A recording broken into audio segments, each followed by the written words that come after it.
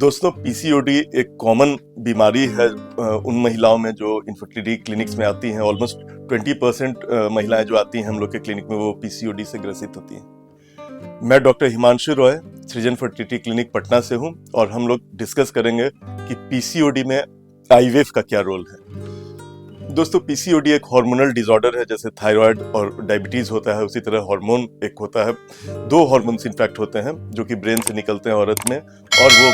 Egg के growth को नियंत्रित करते हैं। उसी से एग का ग्रोथ होता है, वो रिलीज होता है, ओव्यूलेशन होता है, फर्टिलाइजेशन होता है और पीरियड्स भी आता है। पीसीओडी से ग्रसित महिलाएं अगर बांझपन की समस्या लेकर आती हैं तो उसका मेन जो ट्रीटमेंट होता है, कोर ट्रीटमेंट होता है, वो होता है कि एग बनाने की दवाएं देना, इसलिए कि इसमें एन ओव्यूलेशन होता है, एग्स नहीं फॉर्म करते हैं पीसीओडी में। तो ये जो काम होता है, ऐसा नहीं है कि डायरेक्टली आईवीएफ पीसीओडी का ट्रीटमेंट होता है। पहले दवाएं दी जाती हैं, ओरल ड्रग्स, टैबलेट्स दी जाती हैं, जिस अलग अलग तरह के टैबलेट्स आए हैं, नए नए भी दवाएं आ रही हैं, जिसके चलते ऑलमोस्ट 60% जो महिलाएं होती हैं इनफर्टिलिटी की समस्या से जूझ रही, जिन्हें पीसीओडी है, उन्हें दवाओं से ही फायदा हो जाता है। जिन्हें दवाओं से फायदा नहीं होता है, ये दवाएं जो रहती हैं ये बॉडी में इनडायरेक्टली उस हार्मोन्स को नियंत्रित करती हैं जिससे एग्स बनते हैं। तो जिन्हें फायदा नहीं होता है उन्हें डायरेक्टली वो हार्मोन्स का इंजेक्शन बाहर से दिया जाता है जिससे कि एग का ग्रोथ हो सके, और उसे अल्ट्रासाउंड से मॉनिटर करते हैं हम लोग देखने के लिए कि इससे फायदा हो रहा है कि नहीं। और एग्स का ग्रो हो जाने के बाद उसे रप्चर करने के लिए हम लोग रिलीज करने के लिए ट्रिगर इंजेक्शन देते हैं HCG का या GnRH एगनिस्ट का, और उसके बाद 36 घंटे के बाद पति पत्नी को या तो साथ रहना रहता है, नहीं तो हम लोग IUI जैसे प्रोसीजर करते हैं जिससे कि एग का ज्यादा ऑप्टिमल यूटिलाइजेशन हो सके। अगर ये हार्मोन्स भी फेल हो जाए या कभी कभी हार्मोन्स का कभी कभी बहुत ज्यादा भी असर हो जाता है और अचानक एक्सप्लोसिव ग्रोथ होता है, बहुत सारे एग्स एक ही बार में बन जाते हैं, इस कंडीशन में, या अगर एग्स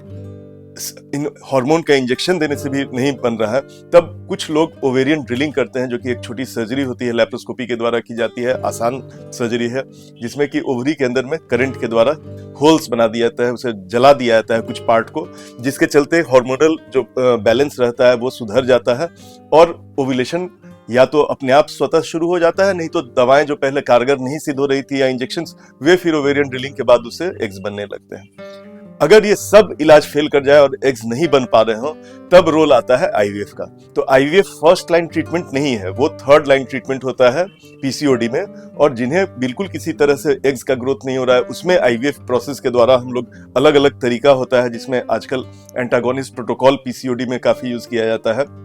और लॉन्ग प्रोटोकॉल भी है जो कि यूज करते हैं। तो इन प्रोटोकॉल्स में बना हुआ है कैसे हार्मोन्स की दवाएं दी जाए नियंत्रित मात्रा में,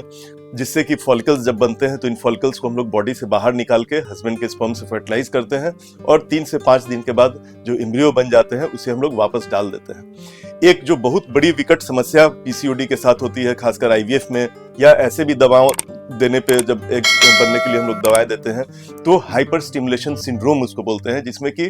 पीसीओडी की पेशेंट्स बहुत सेंसिटिव होती हैं, या तो उसमें एग्स बनते नहीं हैं, और बनते हैं तो कभी कभी 10, 20 या 30, 40 तक एग्स बन सकते हैं। तो इतने ज्यादा एग्स बन जाते हैं तो मल्टीपल प्रेगनेंसी, मैंने 4 या 5 प्रेगनेंसी एक साथ ठहर जाना, ऐसे भी प्रॉब्लम हो सकते हैं। प्लस इसमें पेट में फिर पानी भर जाता है, पेशेंट की हालत काफी खराब हो सकती है, और कभी कभी किसी पेशेंट को इवन आईसीयू में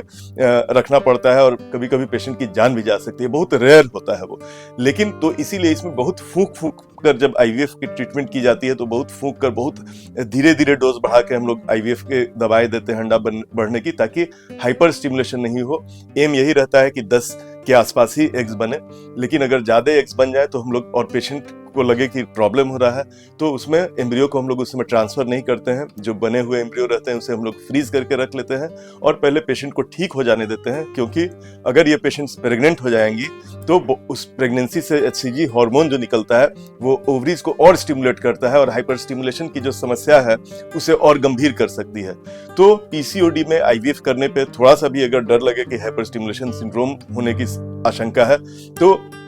उसमें हम लोग एम्ब्रियोज ट्रांसफर नहीं करते हैं फ्रेश, और उसे फ्रीज करके रख लेते हैं, और जब पेशेंट ठीक हो जाता है तो 1-2 महीने के बाद इस एम्ब्रियोज को हम लोग वापस डालते हैं, जिसे फ्रोजन एम्ब्रियो ट्रांसफर कहते हैं। तो antagonist protocol and with elective frozen embryo transfer जो हाइपर स्टिमुलेशन सिंड्रोम की समस्या नगण्य हो जाती है। तो दोस्तों, ये था रोल कि पीसीओडी में आईवीएफ कब और कैसे करना चाहिए, क्या समस्याएं हो सकती हैं। आपको ये जानकारी अच्छी लगी तो इस चैनल को लाइक कीजिए, सब्सक्राइब कीजिए,